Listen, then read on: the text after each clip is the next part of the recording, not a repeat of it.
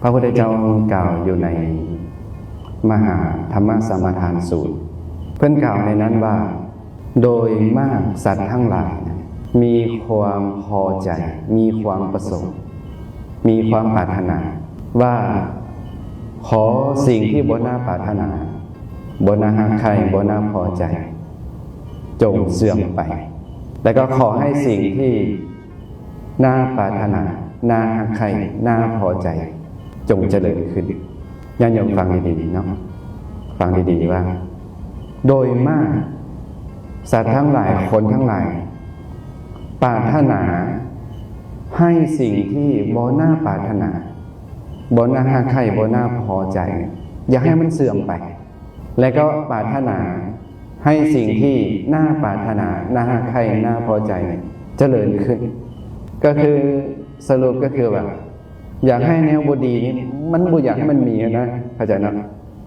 อยากให้มันเมิดไปอยากให้มันเสื่อมไปอยากให้สิ่งที่ดีสิ่งที่เจริญความสุขความเจริญประโยชน์ต่างๆมันเจริญขึ้นอันนี้พระพุทธเจ้าบอกว่าโดยมากสัตว์ทั้งหลายมีความปรารถนาเดี๋ยวนี้เขาทั้งหลายปรารถนาบ่อยากพบบ่แนวบดีเนี่ยอยากพบบ่อยากพบเนาะแนวดีเด้อยากพบบ่อยากพบเนาะความสุขกับความทุกข์นี่เขาอยากพบอันใดเขาอยากพบความสุขความทุกข์เด้บ่อยากพบอยากให้มันเสื่อมไปแต่เป็นยังบางครั้งความทุกข์เจริญขึ้นความสุขมันหายไปบางทีหรือว่าสิ่งที่เป็นประโยชน์พัดหายไปสิ่งที่มันเอาบ่อยากปรารถนาอย่างมันเจริญขึ้นพระพุทธเจ้าถามภิกขุว่าเป็นอย่างมันจึงเป็นอย่างนี้ปรารถนาแนวนี้แต่ว่าสิ่งที่บ่น่าปรารถนาบ่น่าฮักใคร่บ่น่าพอใจมันพัดเจริญขึ้นสิ่งที่น่าปรารถนาน่าฮักใคร่น่าพอใจพัดเสื่อมไปเป็นอย่างมันจะเป็นอย่างนี้พระพุทธเจ้าบอกความต่างกันมันอยู่ไสพระพุทธเจ้าถามภิกขุก็บ่ฮู้จักก็ขอให้พระพุทธเจ้าแสดงให้ฟังเนาะแสดงให้ฟังพระเจ้าความต่างกันมันมีเพียงแค่อย่างเพียงแค่ผู้บ่ได้สดับกับผู้ได้สดับเนี่ยพระพุทธเจ้าบอกว่าเป็นอย่างมันจึงต่างกันอย่างนั้นเพิ่นกล่าวถึงปุถุชนพระเจ้าภิกขุทั้งหลายนะปุถุชนผู้บ่ได้สดับบ่ได้เห็นพระอริยะบ่ฉลาดในธรรมของพระอริยะบ่ได้เห็นสัตตบุรุษบ่ฉลาดในธรรมของสัตตบุรุษ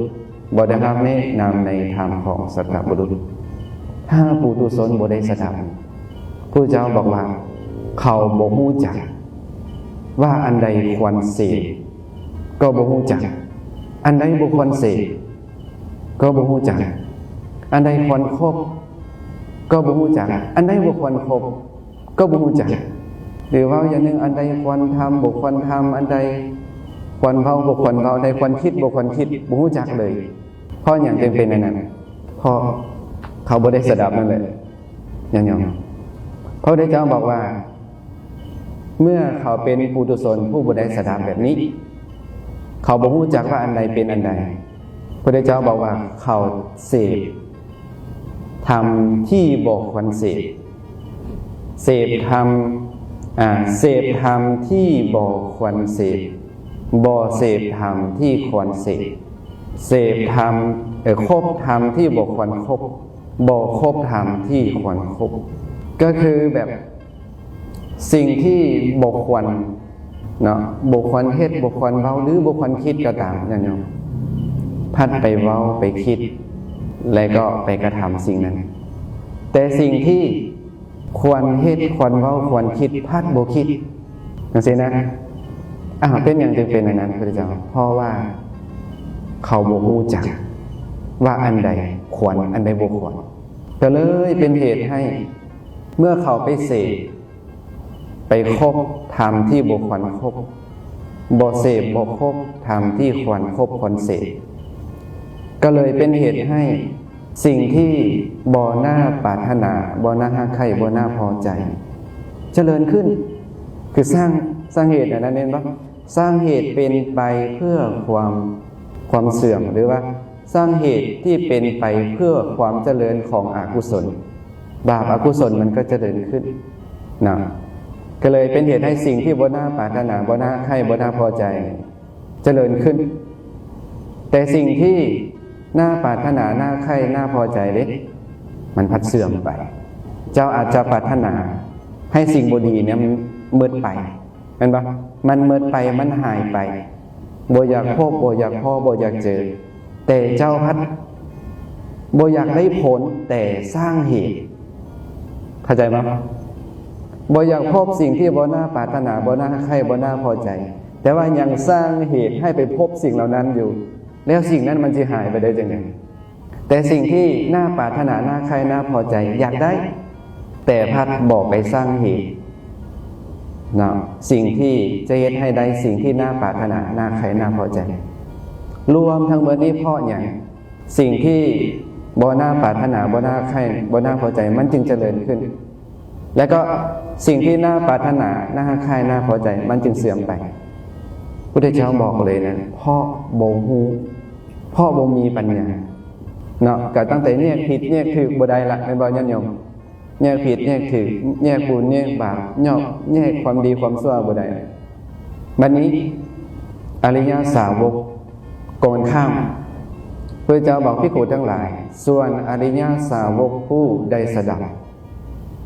ได้เห็นพระอริยสละในธรรมของพระอริยได้รับแนะนำในธรรมของพระอริยได้คบสัตตบุรุษสละในธรรมของสัตตบุรุษได้รับแนะนำในธรรมของสัตตบุรุษคนนี้เขาได้สดับพระเจ้าบอกว่าเขาย่อมรู้จักสิ่งที่ควรเสพและก็รู้จักสิ่งที่บ่ควรเสพรู้จักสิ่งที่ควรคบรู้จักสิ่งที่บ่ควรคบคนที่แยกได้แบบนี้เพิ่นเอิ้นว่าคนจังได๋ญาติโยมในข่าวมีสิเอิ้นว่าคนมีปัญญาบ่เอิ้นว่าคนมีปัญญาเนาะถ้าจำแนกละเอียดเนี่ยเหมือนกับว่าสิ่งที่เป็นอกุศลก็รู้ว่ามันเป็นอกุศลสิ่งที่เป็นกุศลก็รู้ว่ามันเป็นกุศลสิ่งมีโทษ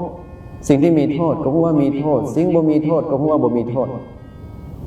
เนาะเป็นธรรมดำก็รู้ว่าเป็นธรรมดำเป็นธรรมขาวก็รู้ว่าเป็นธรรมขาวควรเสพก็รู้บ่ควรเสพก็รู้ธรรมนั้นเป็นไปเพื่อความทุกข์หรือความสุขก็รู้คันคนลักษณะแบบนี้พระเจ้าเลยนะมีปัญญาได้นะมีปัญญาฉะนั้นอริยสาวกผู้ได้สดับนี้ว่าไงคือได้สดับคำสอนพุทธเจ้าคำว่าอริยสาวกผู้ได้สดับได้พบพระอริยสละในธรรมของพระอริยยกสูงเลยพระอริยก่อนหมู่คือไปนะพระอริยก่อนหมู่คือพระสัมมาสัมพุทธเจ้าเห็นปะแล้วก็รองลงมาพระอรหันตสาวกของพระพุทธเจ้าตลอดถึงเนาะผู้ที่กำลังศึกษาเนาะในธรรมะคำสอนพระพุทธเจ้าหรือเอาธรรมะคำสอนพระเจ้ามาเบามากล่าวเนาะว่าอันใดควรคบอันใดบ่ควรคบอันใดควรเสพบ่ควรเสพอริยสาวกนี้ผู้ได้สดับเนาะเมื่อได้สดับก็มีปัญญานี่บัดนี้เมื่อเขาเจ้ารู้ว่าอันใดควรคบอันใดบ่ควรคบอันใดควรเสพอันใดบ่ควรเสพพระพุทธเจ้าบอกว่าเขาเสพในสิ่งที่ควรเสพบ่เสพในสิ่งที่บ่ควรเสพคบในสิ่งที่ควรคบบ่คบในสิ่งที่บ่ควรคบเห็นบ่เขารู้จักว่าอันใดผิดอันใดถูกเขาก็เสพในสิ่งที่ควรเสพบ่เสพในสิ่งที่บ่ควรเสพคบในสิ่งที่ควรคบบ่คบในสิ่งที่บ่ควรคบก็เลยเป็นเหตุให้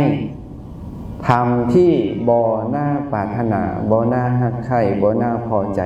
เสื่อมไปบัดนี้ส่วนธรรมที่น่าปรารถนาน่าฮักใคร่น่าพอใจเจริญขึ้นเพราะหยังอันนี้ได้ดังคำมุ่งมั่นปรารถนาบ่ก็ได้ดังความมุ่งมั่นปรารถนาเด้เขาปรารถนาหยังปรารถนาให้สิ่งที่บ่น่าปรารถนาบ่น่าฮักใคร่บ่น่าพอใจนั้นเสื่อมไปแล้วก็ปรารถนาให้